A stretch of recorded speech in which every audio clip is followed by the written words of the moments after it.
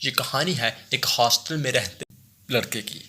پرانی بات ہے، ابھی موبائل فون کا رواج نہیں آیا تھا۔ یونیورسٹی کے ہاسٹل میں اس زمانے کے پی ٹی سی ایل کے 2 فون تھے۔ جب موقع ملتا ایسے ہی ادھر ادھر کا نمبر ملاتے کہ شاید کسی محفوظ سے بات ہو جائے۔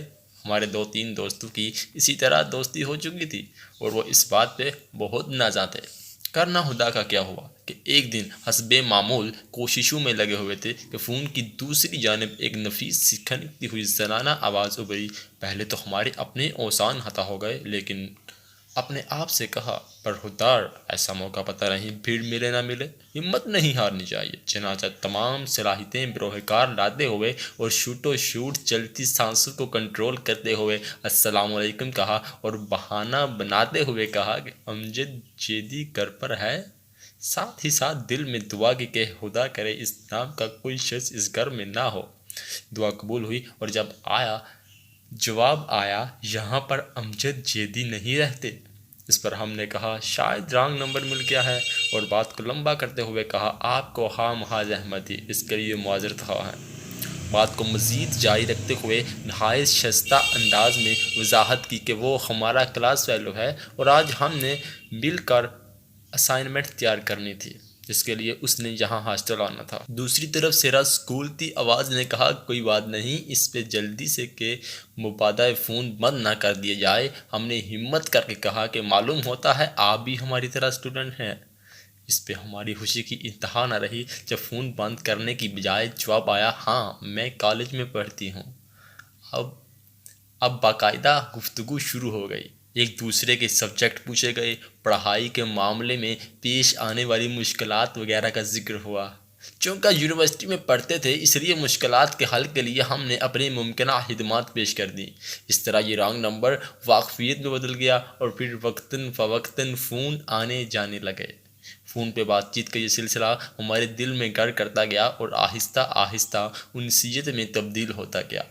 ملاقات کی طرف جاگ اٹھی۔ اس پر اپنے ایک جہاں دیدہ کلاس فیلو سے مشورہ کیا تو پہل اس نے مذاق اڑایا کہ چونٹی کے پیپر نکل آئے۔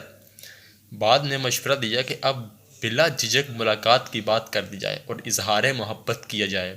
گزارش کی دیہاتی بندے ہیں، گھبراہٹ ہوتی ہے۔ کہا خط لکھ دو گے؟ خط لکھ کے کہہ دو۔ چنانچہ ہم نے ڈرتے ڈرتے ایک خط لکھا۔ مجھے نہیں معلوم کہ فون پہ ہونے والی باتوں کا سلسلہ کب ایک کسک میں تبدیل ہوا اور دل میں آپ سے ملنے کی تمنا جاگ اٹھی۔ کیا آپ اس صورتحال میں میری مدد کر سکیں گی؟ خاطر ہوا اور مثبت جواب آیا اور کہا گیا کہ پہلے ہم ان کی گلی کا چکر لگائیں، وہ ہمیں دیکھنا چاہ رہی تھی۔ اس پہ ہم کھل اٹھے، مگر مسئلہ یہ ہوا کہ غربت کے مارے ہمارے پاس نہ تو ڈھنگ کے اور نہ ہی فیشن وقت کے کپڑے تھے اور نہ کوئی سواری، اور ہم پہلا امپریشن خراب نہیں کرنا چاہتے تھے کیونکہ ہم نے کہہ رکھا تھا کہ ہم ایک وجیح نوجوان ہیں جس کی شکل وحید مراد سے ملتی ہے اور اس کی طرح کے فیشن کرتے ہیں۔ دوستوں سے منت کر کے ایک اچھی رنگین دھاریوں والی امپورٹڈ قمیض اور فیشنی جینز کی پینٹ لی۔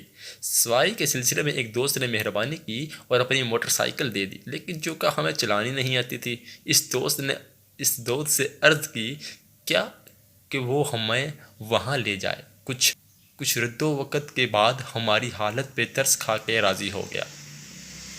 پریوش سے وقت اور دن طے کیا، نشانی کے طور پر موٹر سائیکل کا نمبر بھی بتا دیا تاکہ پہچاننے میں کوئی دقت نہ ہو۔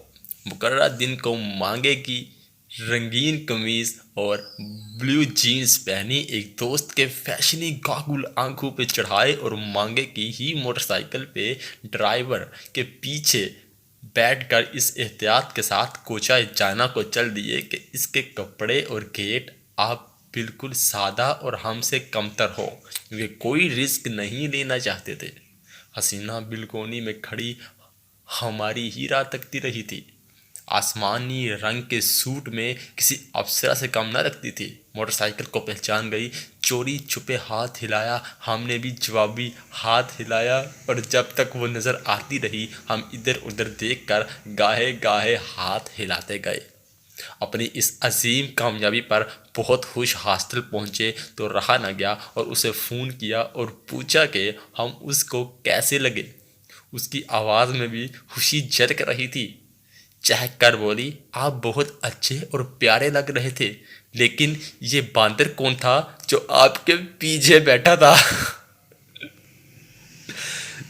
تو سمجھ تو آپ لوگ گئے ہوں گے کہ وہ باندر کون تھا۔ تو اگر آپ کو ہماری یہ ویڈیو اور یہ سٹوری پسند آئی ہے تو پلیز اس چینل کو سبسکرائب کر دیجئے اور ویڈیو کو لازمی سے لائک کیجیے گا۔ اللہ حافظ۔